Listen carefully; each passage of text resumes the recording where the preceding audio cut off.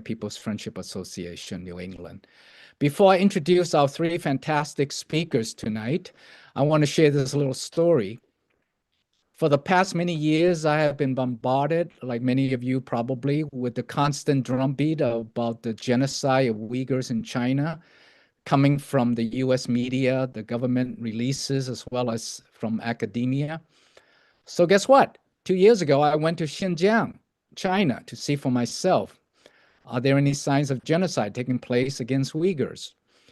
And if I may borrow a line from Mark Twain, the reports about genocide in Xinjiang are greatly exaggerated. In fact, non-existent from my eyewitness.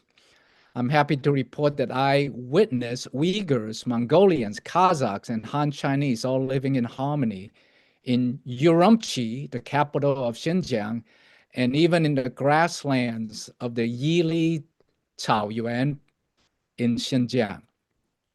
So we have three fabulous speakers for tonight. I'll introduce them briefly. Marcus Breen moved to the U.S. from Australia in 1996 after a career in journalism and consulting. He has worked as an academic in media and cultural studies since then. He is writing a book about China from a novice outsider's point of view. The material for tonight's presentation was first presented at the 2025 conference in Singapore of the International Association for Communication and Media Research. Our second speaker, Duncan McFarland, first visited China in 1981 and has worked to promote peace, understanding, and friendship between the U.S. and China ever since. Editor of the publication A China Reader, he is currently co-chair of the U.S. China People's Friendship Association, New England, and a member of MAPA, No War with China Committee. Last but not least, Ting Huang, our third speaker, is the Communications Director of Mass Peace Action. She is from Australia and has been living in Boston for the past 3 years. So we have an outline of the program, which is posted in the chat box if you want to take a look. Our speakers will speak for a total of about 30 minutes, which leaves quite a bit of time for questions and answer. But you have to submit your questions in the chat room. And so make sure you submit any questions you have in the chat room. We will use that as the source for our questions. Okay, well, Marcus is our main presenter and will start us off. Welcome, Marcus. Thank you, Ken, and good night and good evening to everybody. It's great to be here.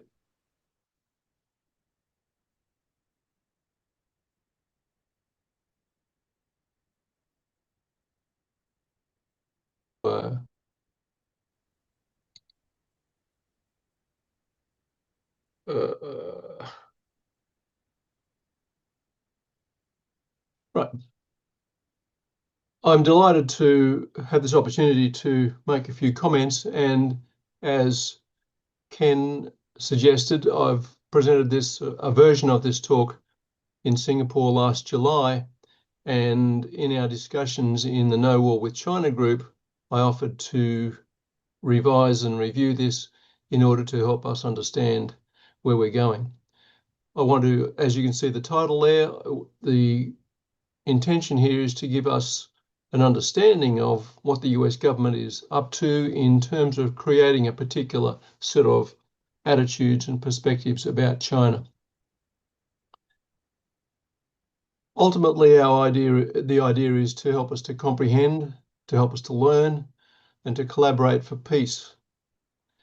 And I've got two images here. One is the original Western interaction with China, which was in the 16th century, at least at a formal level by the Jesuits. And I teach at a Jesuit Catholic institution, although I'm neither a Jesuit nor a Catholic, but I welcome their generosity towards people who are not of their denominational faith.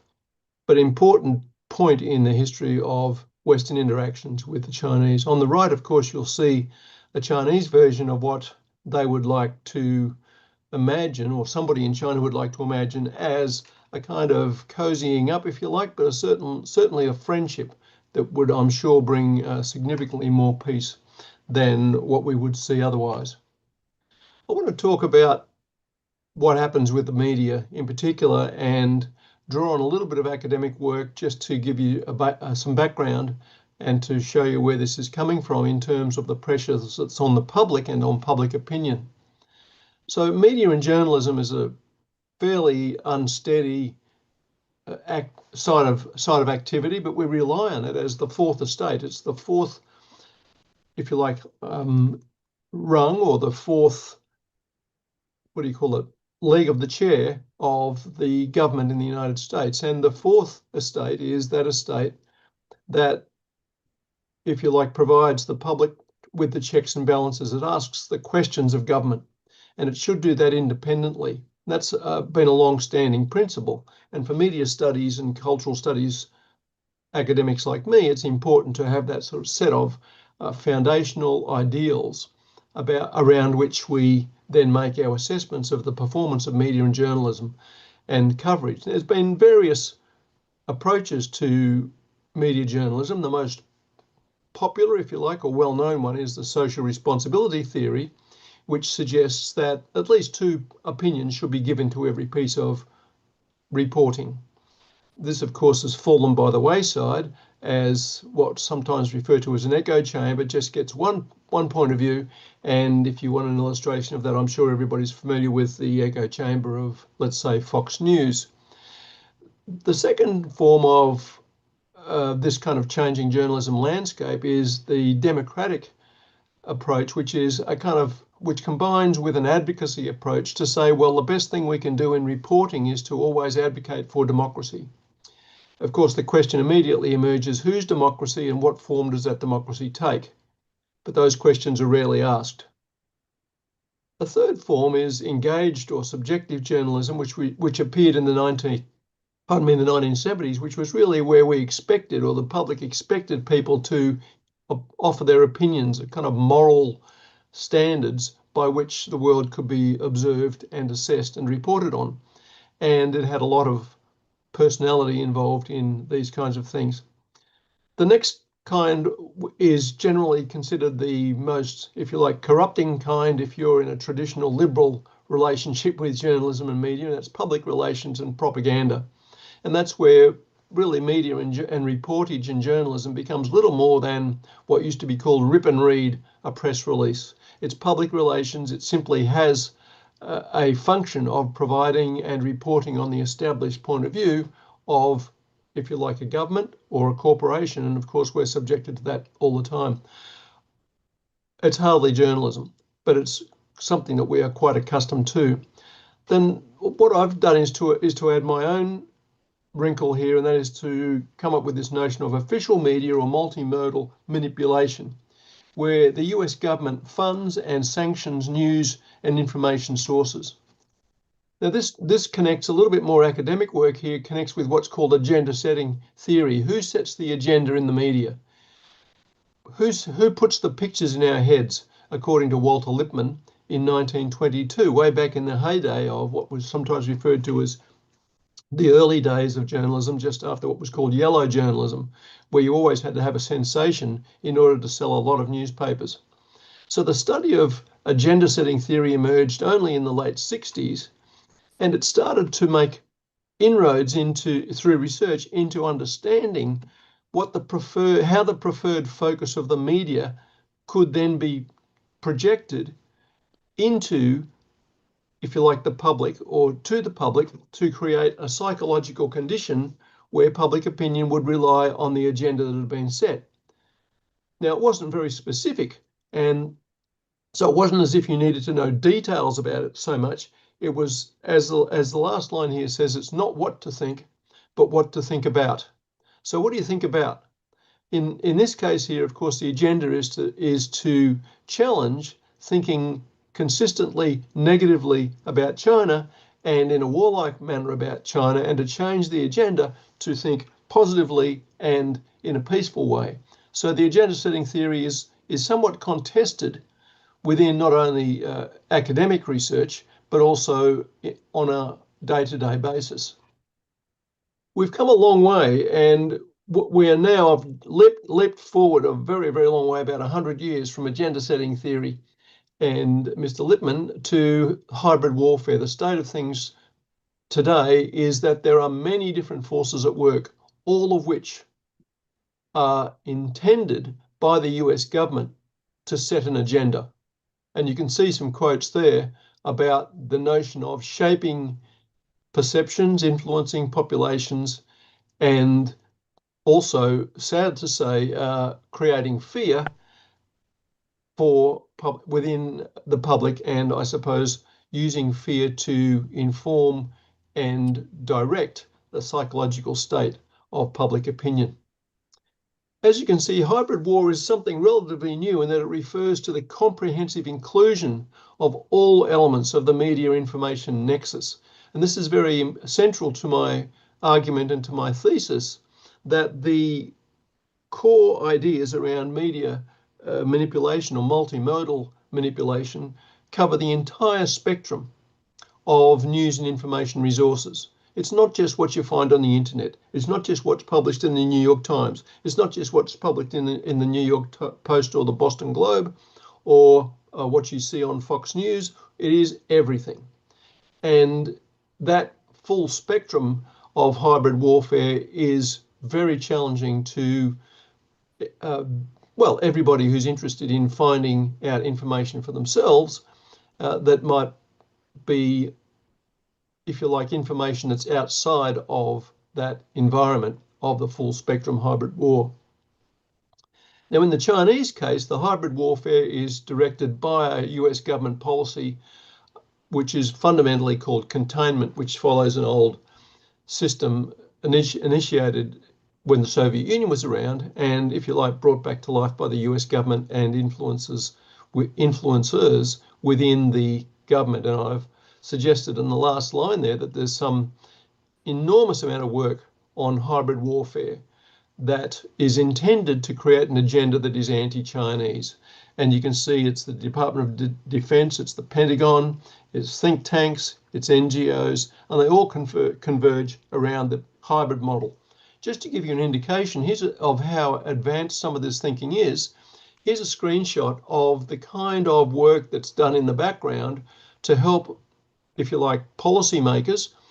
We could also maybe call them warmongers, who are establishing anti-China arguments. So I've just put in red what the shorthand OODA stands for: Observe, Orient, Decide and Act. The military instrument of power is that one in the middle, and which is intended to be warfare. And then on the right, emerging and disruptive technologies. Of course, we're very familiar with those from the emergence of artificial intelligence now and the domination of very large databases that contain and collect and contain remarkable amounts of data about each and every one of us, especially those of us in the United States.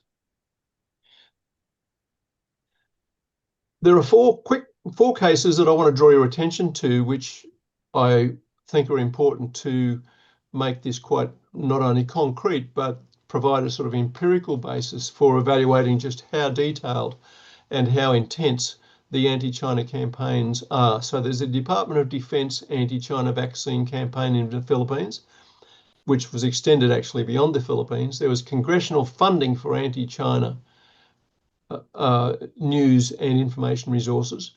There's then a second amount of funding, if you like, for anti-Chinese campaigns. And then there are the role, sad to say, of university-affiliated research centres, which have a direct relationship in providing research to the US government in campaigns that are not at all friendly towards China. So here's the first campaign, and as you can see here, the Reuters, Chinese Reuters, Reuters in Canada, by the way. It wasn't Reuters based in the United States or the United Kingdom, but our friends north of us provided this important public service in directing our attention to this, which was the headline of that case. And what happened is that it was only in 2024 that this became publicly acknowledged. And as you can see, it was a campaign basically to say that the Sinovac vaccine cannot be trusted, that it should not be used by the people in the Philippines. And what this meant is that the US policy was to say we're not concerned about the welfare of the Philippine people in surviving the COVID. We just don't want them to have any positive emotions, if you like, or positive feelings towards the Chinese. And so this was a deeply disturbing campaign. And of course, what's important about this campaign, by looking at the media or focusing on the media, is that it was a campaign run through and by and across and around the internet. So very strong anti-vax propaganda. The Chinese reaction was furious, and I've just put this rather wordy statement from them up there, but you can see that this kind of attitude clearly was articulated not only with being against the Chinese, but it was part of a larger psychological warfare program within the hybrid model.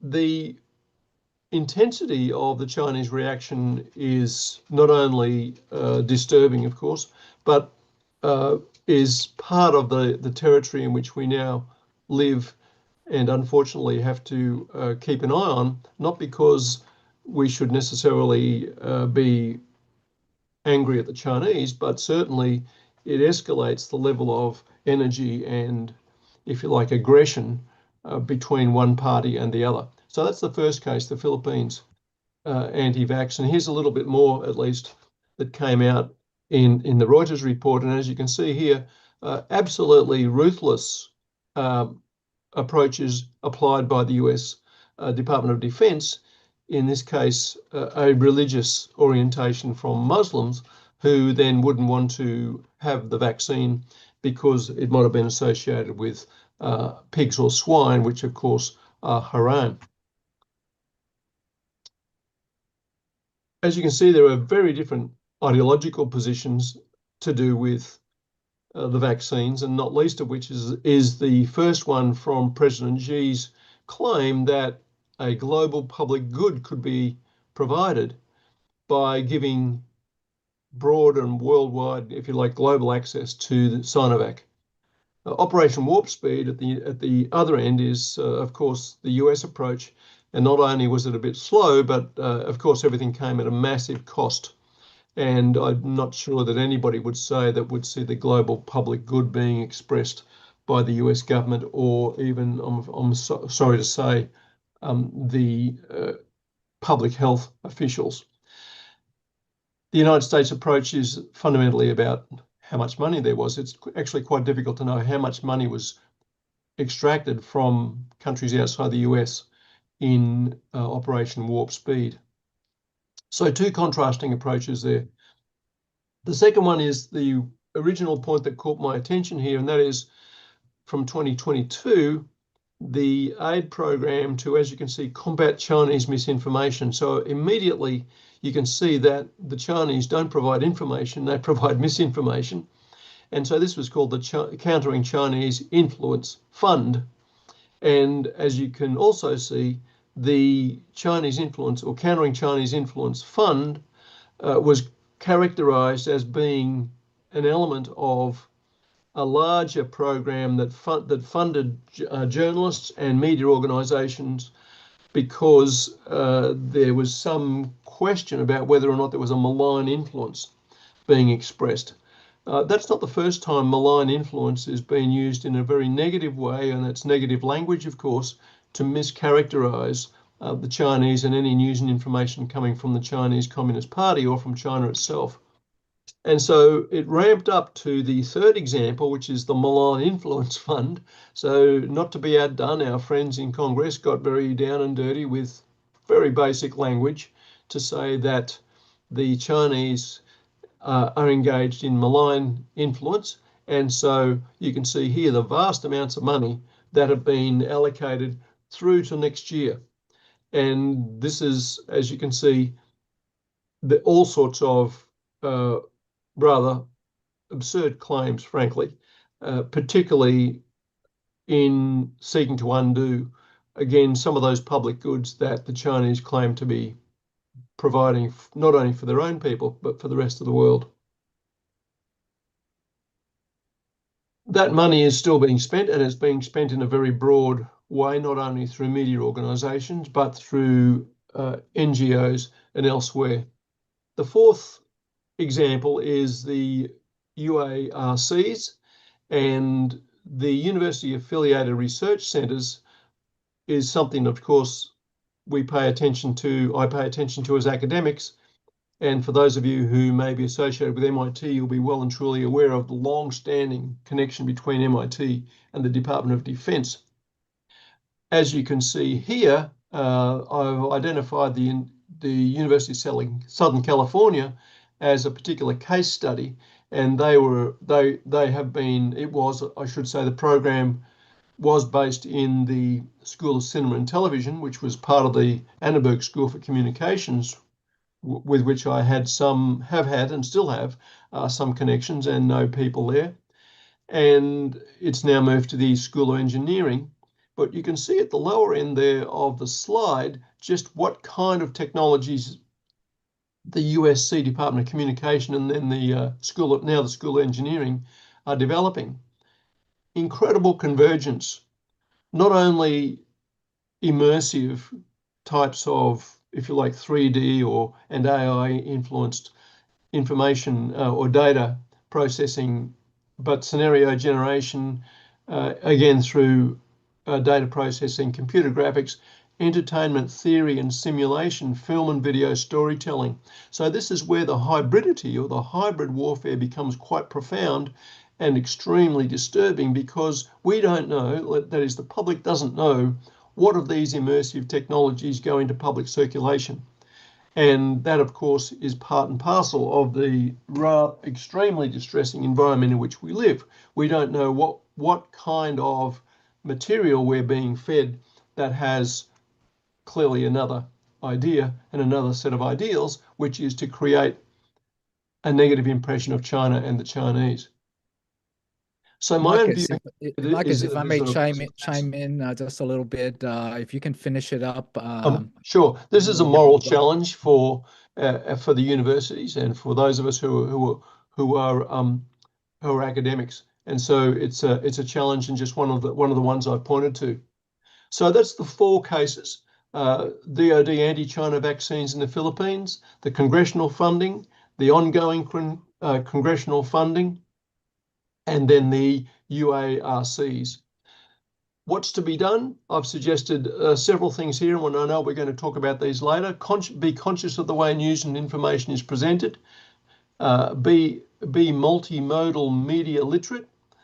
Don't just, if it looks like it's on a newspaper, it doesn't necessarily mean it's we will at the on the internet. At the end, we will talk about what can be done. So that would be a good time at the end to talk. So thank you very much, and I'll thank you so much, Marcus. Okay, Duncan. All right, thank you. And I have a brief PowerPoint here. Thank you so much, Marcus and Ken. So I'm going to make a brief report on a little research I did about some of these committees and commissions that are run by the U.S. Congress and originate some of this legislation that Marcus was talking about. So next slide, please.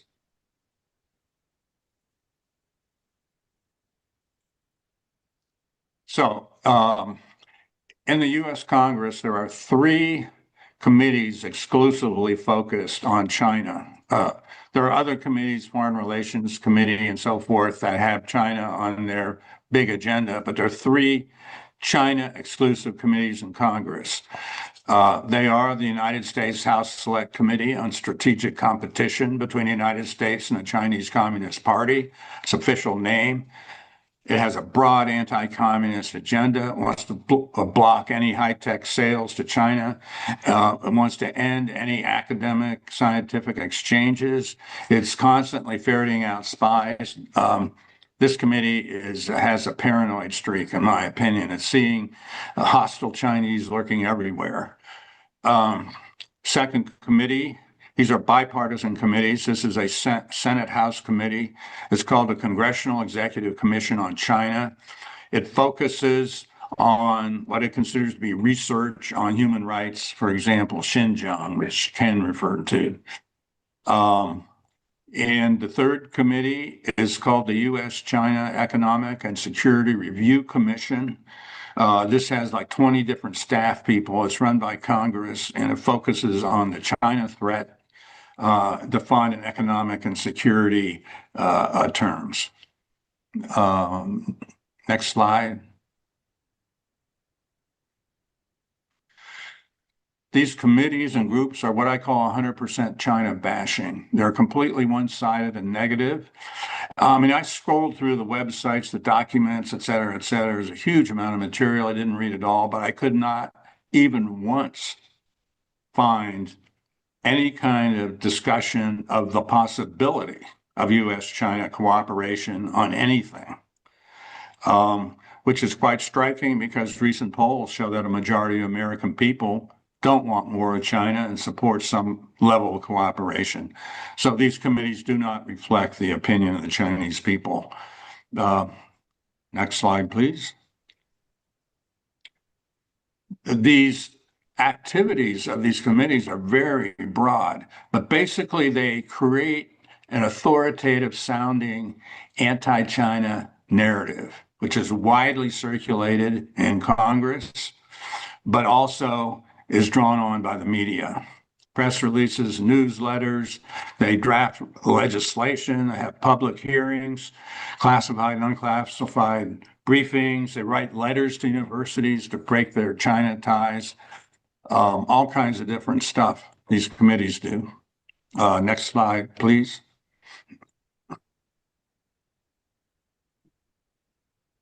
So what does this accomplish from the point of sort of the anti-China point of view? Well, it's basically a congressional mini think tank, as I would call it. It's amply funded with your taxpayer dollars, and it prepares public opinion for conflict or war. Mainstream journalists in the U.S. consider these congressional reports and so forth an authoritative source because of their bipartisan nature. They're connected with all kinds of committees, and because they're official congressional groups, they can apply lots of pressure. Final slide, please. Just a few notes. A Massachusetts note, Representative Seth Moulton is a member of the House Select Committee on the Chinese Communist Party. This is the hard right, very aggressive, essentially pro-war committee. He strongly supports arming Taiwan. I don't know his overall record, but he's terrible on the China issue. On the other hand, the Congressional Asian Pacific American Caucus takes a strong stance against racism and Asian hate, but has no foreign policy position. But opposing racism is a good way to oppose the public opinion for war and prepare for peace. So in conclusion, I would say the pro-war faction has a mini think tank, but there is no organized force in China for peace, no organized voice in Congress for peace with China. So can MAPA help this? That's my brief report. Thank you. Thank you so much, Duncan. And before I turn it over to Ting, I just want to remind our viewers that if you have any questions, please submit it into the chat room as the program proceeds, rather than waiting at the end, just so that you don't forget. But also, we will call during the question and answer session. We will go to the chat room to select the questions. So while it's fresh in your mind, please submit any questions you have in the chat room. And now, here you go, Ting. Hi, everyone. Thank you for coming, and thank you, Marcus, Duncan, and Ken, for the interesting points that you raised earlier. I'm going to quickly share my screen.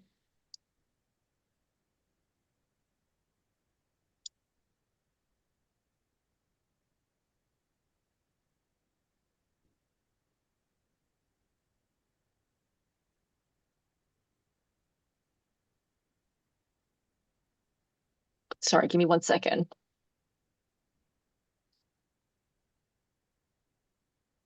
For some reason, I can't find my screen. Okay, cool.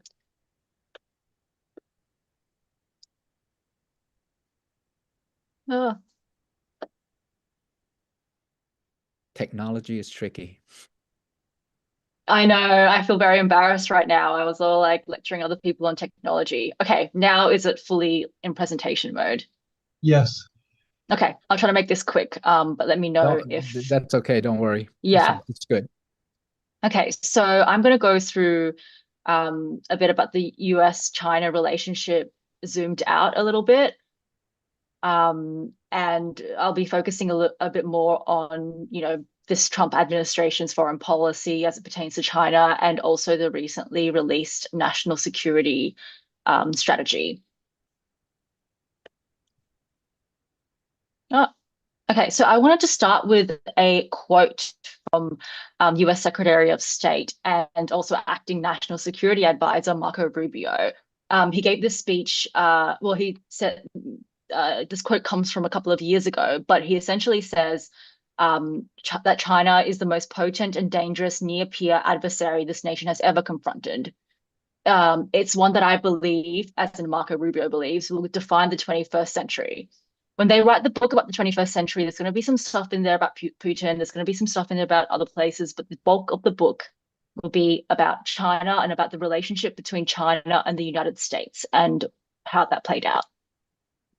So you can see from that it's the shadow of China looms large on this administration and also in the past, but particularly with Marco Rubio, who is probably the second most powerful person, and who is a massive China hawk. So I don't know who here has read the national security strategy that was released, I think, in November last year, but I highly recommend it.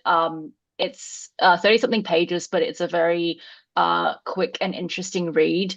But essentially, the things that jumped out at me from it is the tone throughout was very much unipolar or nothing. Like, we must win. There's no question about it. That's non-negotiable. And it was a lot more, I would say, and this is probably one positive thing about Trump is he speaks very plainly about US world dominance. It's a little bit less of like coating around, democracy and that kind of ideological appeal. But he essentially puts beating China and US dominance and success as like two sides of the same coin. In lieu of like a direct confrontation with China right now, which would be unrealistic, there is the long-term national security strategy is basically about building up our resources and our capacity so that we can beat China. Some of you might have read about the Don Roe Doctrine, which is Trump's plan for asserting US imperial hegemony in Latin America. So around Venezuela, Nicaragua, all these other places.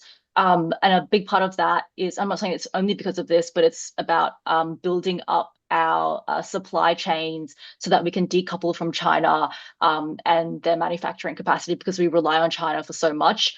And we want to like nearshore and friendshore these supply chains. And that also means having better access to resources. In other words, we, in order to protect our own sovereignty, it doesn't matter anyone else's sovereignty.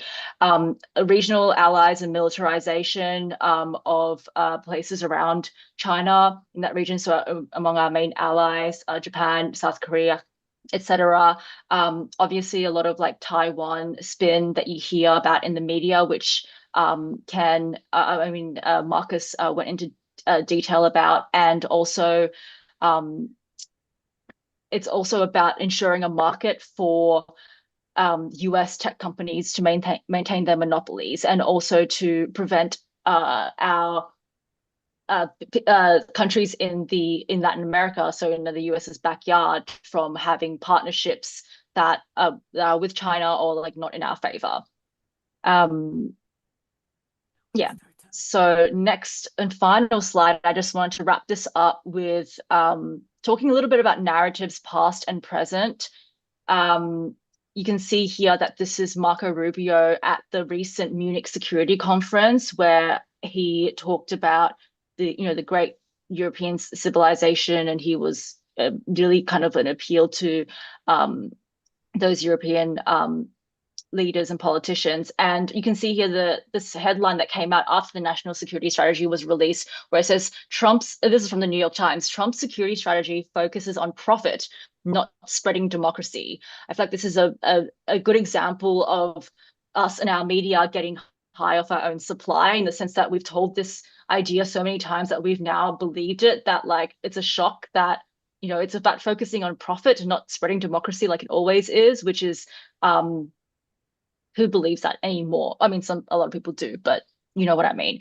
So, and similar to all these past things, the white man's burden, freedom, liberal democracy, the war on terror, peace through strength or peace through war, more like, and this all leaps back to the current day, which is Marco Rubio's appeal to Europe, and about there's no time to play this clip, but the summary is that he says, we shouldn't be ashamed of our heritage and our background. We should be proud of our colonial history.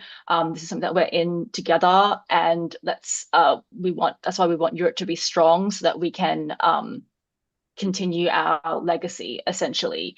And obviously, those of us who follow these matters more closely, and probably everyone on this Zoom, can sort of see that as see beyond that narrative, which is like white supremacy.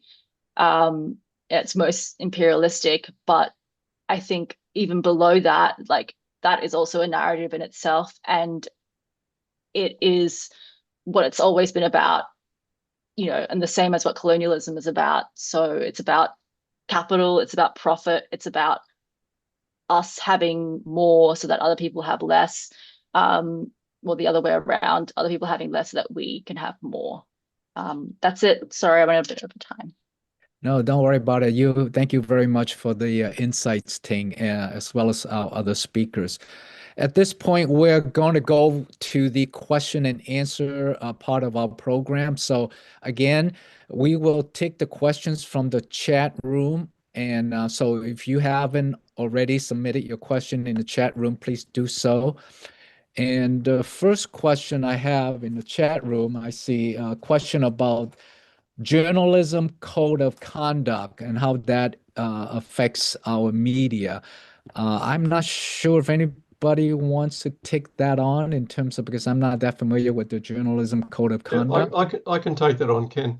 So the code of conduct is basically the ethical standards that should apply to how journalism operates in that social responsibility theory model. So the social responsibility is what the people in the New York Times and the Boston Globe would say drives them. So give opinions from both sides, provide some sort of balance, don't lie about your sources, don't make up quotes, and so on. It used to be very prominent and important, and it's less so now, but it still is a guiding set of ethical principles for the day-to-day activities of journalists. The application, or the idea that it might provide some sort of solution to the challenges of misrepresenting China or presenting China in a negative light, and that being funded by the US government and by Congress, is unhelpful. And it's unhelpful because while the code of conduct still exists, there's no indication that the journalists and the news organizations are telling the public where their information is coming from, or whether the information is in fact being gathered in a truthful, honest and ethical way.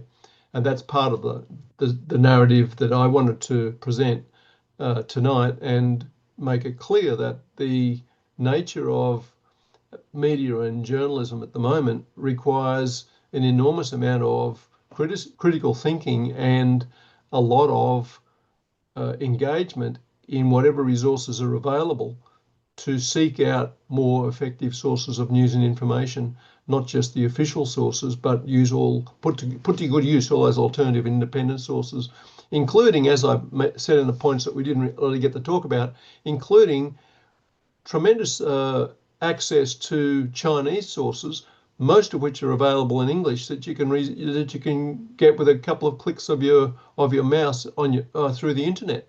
So there's lots of, you can go directly to the source of Chinese government policy documents and read them for yourselves, and that's a fantastic thing about the internet.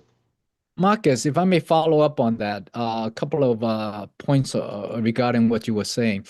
What about incomplete information? So, for example, I remember watching the PBS NewsHour a few years ago, and they mentioned, oh, China took over Hong Kong, as if, this big bad government just took over this small little government of Hong Kong. And the PBS NewsHour did not include the fact that Hong Kong was taken at the point of the barrel of a gunship after the Opium War, when Britain basically forced China to give Hong Kong to Britain. So how would you describe that? That's not, it's like giving you tidbits of information without the background information. Does that That's a very violate good code of journalism? Yeah, no, that's a very good example, and it's typical of the sort of thing that the public is subjected to, and it sets the agenda in the sense in which people are offered very simple descriptions of situations such as the condition of Hong Kong without any context whatsoever. And I wouldn't be the first person to say that the American public are deeply underserved and intentionally underserved by their media. Doesn't give them more information, it gives them less. And so the media has become more and more a source of entertainment. News and information is less about news and information that would inform the public and more about entertainment. So that's why, again, I emphasize this idea that it's possible for very engaging and positive use of the internet to use the alternative sources. This is what we're doing tonight. This sort of thing is part and parcel of how we can address some of those questions. And I mean, Hong Kong is a very good example, isn't it, of people conveniently forgetting that without a shot being fired, Mrs. Thatcher, when she was Prime Minister of England, I call it England, but England and Britain, agreed to have a handover, and there it is. No problem. People often don't appreciate that was a well-established set of agreements that led to a peaceful coexistence and the incorporation of Hong Kong back into China. And they still have a pretty much independent sovereign government in Hong Kong. I haven't been there for years, but that's how I understand it. If I may jump in here, just one Please. more point. Myself, as somebody who was born in Hong Kong, I just get so frustrated when the media talks about, oh, the lack of democracy in Hong Kong now, and after it has been returned to China. And then for me, as somebody who was born in Hong Kong, I remember when I was still living there, the governor of Hong Kong, when it was under British rule, guess how he was selected? Was he elected by the people of Hong Kong? Absolutely not. The governor of Hong Kong was appointed by England. And people in Hong Kong were not, well, they were British subjects, but we could not get a British passport. So we were second-class citizens, and then, we had no elections or democracy in terms of the governor of Hong Kong. So it just, and then, of course, after the handover to China, then, of course, all the British and the U.S. media would talk about the lack of democracy when there was never really any democracy when it was under British rule. So it just, in any case, I'll stop here. Let's see, what other questions? Ting, do you see any other questions from the chat?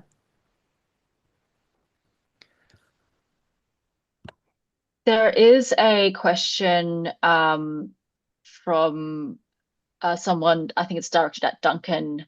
I noticed that Duncan said few politicians favor better relations with China. Democratic Socialist of America has a position of reducing tensions and prioritizing diplomacy. So might DSA office holders like AOC or Rashida Tlaib be a place to start?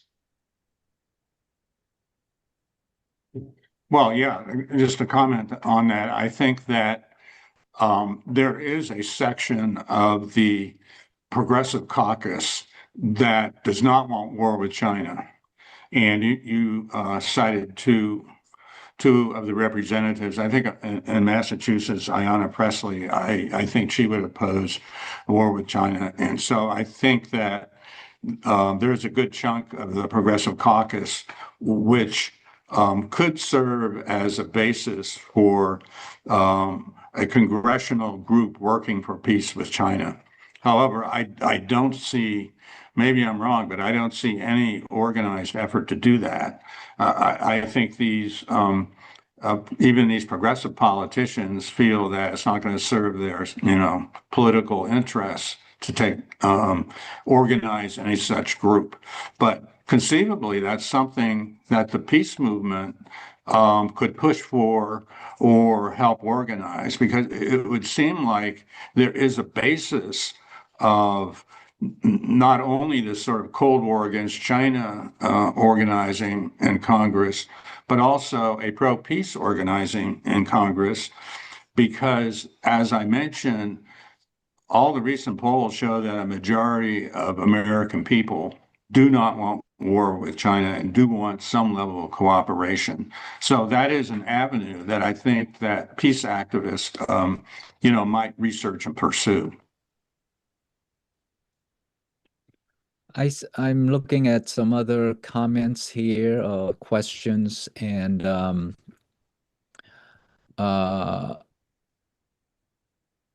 it says here, didn't the U.S. sign an agreement with China that Taiwan was part of China?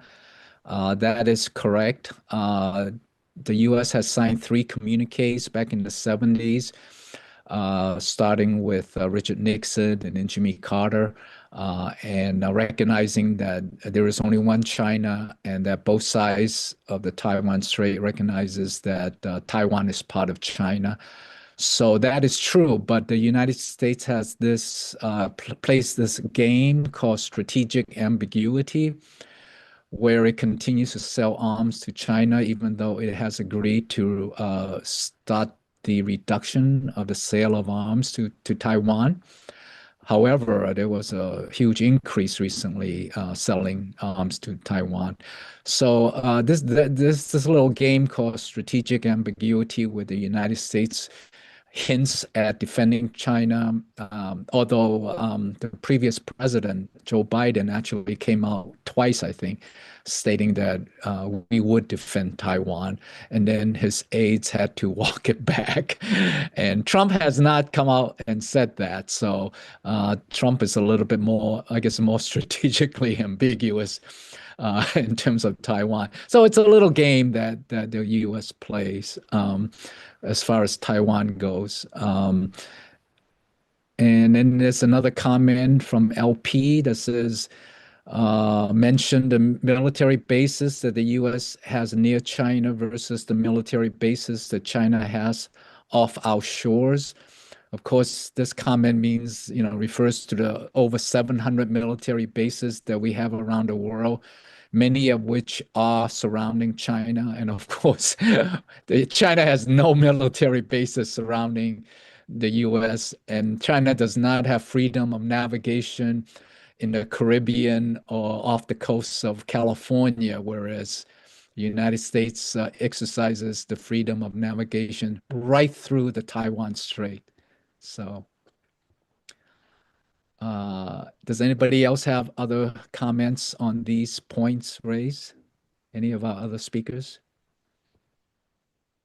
There's absolutely no doubt that we see the enormity of anti-China influence at every level in our society. We see it, as Duncan pointed out, in all those committees. We see it in the funding of media and journalism and NGOs to be anti-China.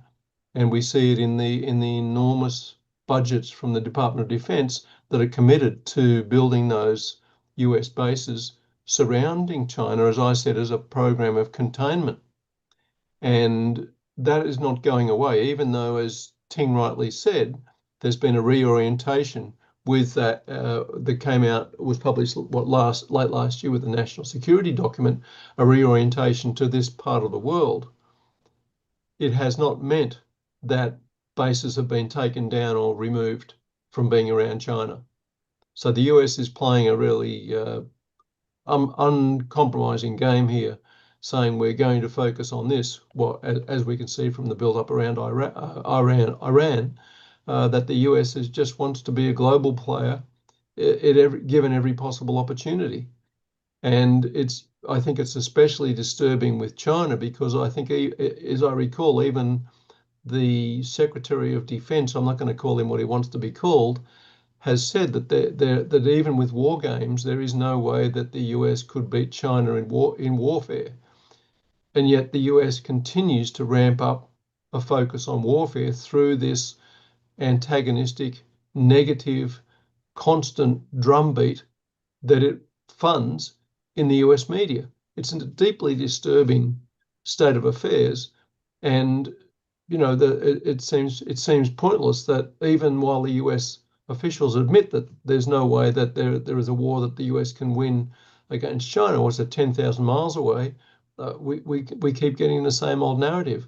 So, you know, we don't want to get too much into having our heads explode from cognitive dissonance, but there is a definite colonial and imperialist intent in everything that the United States does, and it is still very global. And it just with Trump, it seems to me that it oscillates from day to day depending on what, I don't know, as people are saying, whoever spoke to him last influences him most. Perhaps it's that. Perhaps it's just that there is so much on the table that they just want to keep everybody on their toes. And it's not a good world to live in. And certainly it makes it difficult for us as peace advocates to live in a world where there's this constant threat and this constant tension in the push towards war from people who apparently would like to see a world at war. Just a point of clarification. I don't know if you said that already, Marcus. In terms of the war games, those games are specific around Taiwan, not in general, but Okay, specific thanks. to the conflict over Taiwan in off the coast of China. I noticed that Mary Ellen, who helped us facilitate this event, pointed out that PBS is corporate media, and that's probably true. It relies on advertising and all that sort of stuff, and it's not really actively engaged in what we might think of as public service journalism much these days. But there's an interesting little story that reinforces one of my earlier comments, and that is that a couple of years ago, PBS was recorded and was ready to release a documentary on the Chinese government's success in removing 800 million people from extreme poverty.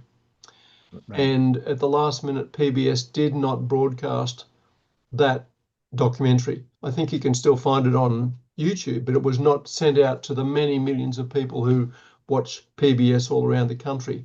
And that's a useful example of the sort of misinformation by ignorance, if you like, that also plays out here, that you just don't make it possible for people to engage with information sources that might present China in a positive light.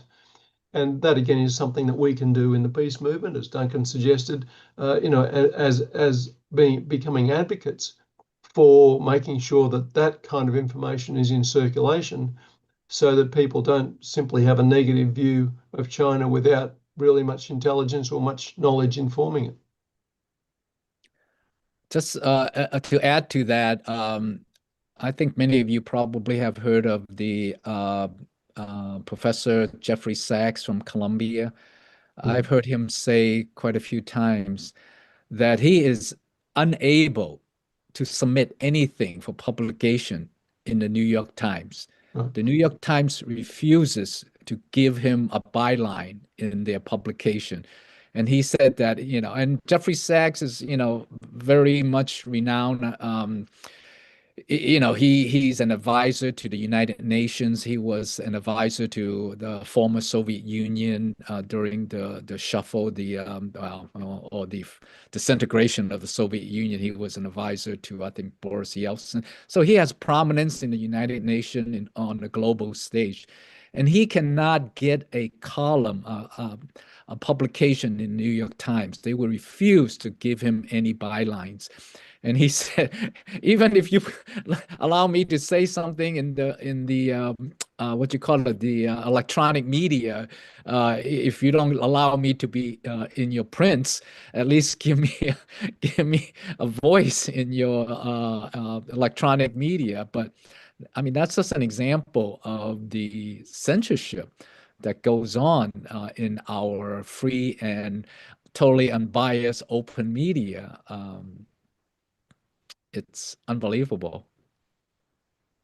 Other comments? I have somebody, LL, posted Representative Adam Smith. Wow, we have an Adam Smith from Washington. Okay, interesting name.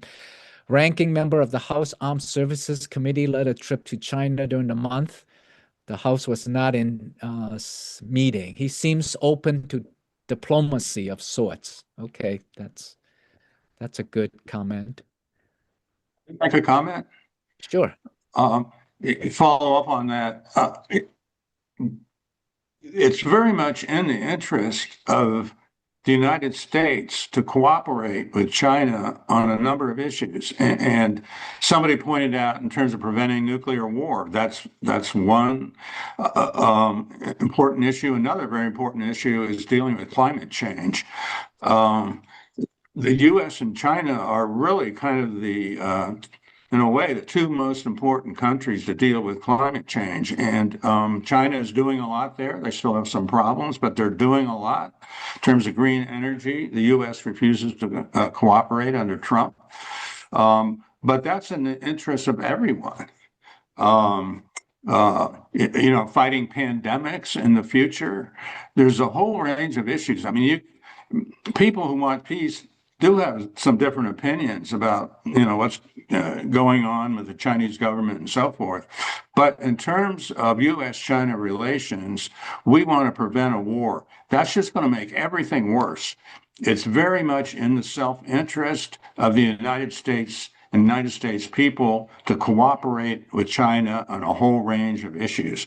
So I think there's really a lot of basis for the peace movement to promote some of these ideas in Congress and also in terms of the media.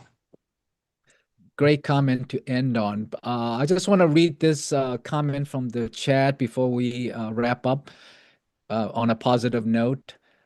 Polls show that young cohorts tend to look more favorably on China than older people. In fact, there is a trend called, I don't know if you guys heard this, China maxing. That's the term among the young. So perhaps focusing on younger cohorts would be more effective. It might be challenge given our democratic composition. I don't know what you mean. Are we old here? Well, Ting is definitely not old, but some of us may be. So wrapping up, we're out of time. So in closing, I want to thank our three esteemed speakers. Oops, sorry. For their insightful presentations, and also for our audience for your participation and questions. And Hold up, before you go, you said you're going to show us what we could do. Yes, it is in the chat room. I don't know if you can see it. I posted some suggestions, but basically you can get involved and join MAPA, Mass Peace Action, No War with China Committee, or MAPA in general. There's a link on the in the chat room, and you can join U.S. China People's Friendship Association. Also, we have a link. You can inform other people to watch our webinar. And if you have any feedback or comments or suggestions for future topics, there is a link in Mass Peace Action that is also posted in the chat room. Can you guys see the posting in the chat room? Maybe we should post it one more time so it's readily available. Okay. All right. Let me see if I can do that. And let me try to do that. Is that chat room going to be left open? I can do this as well. Oh, because okay. I've got it you're handy posting. right here. I'm Okay. just going to Great. post how you can get involved. Okay, that's it. We both Unless our posted it. speakers have any urgent last minute thing to say, otherwise it's a wrap. Thank you very much.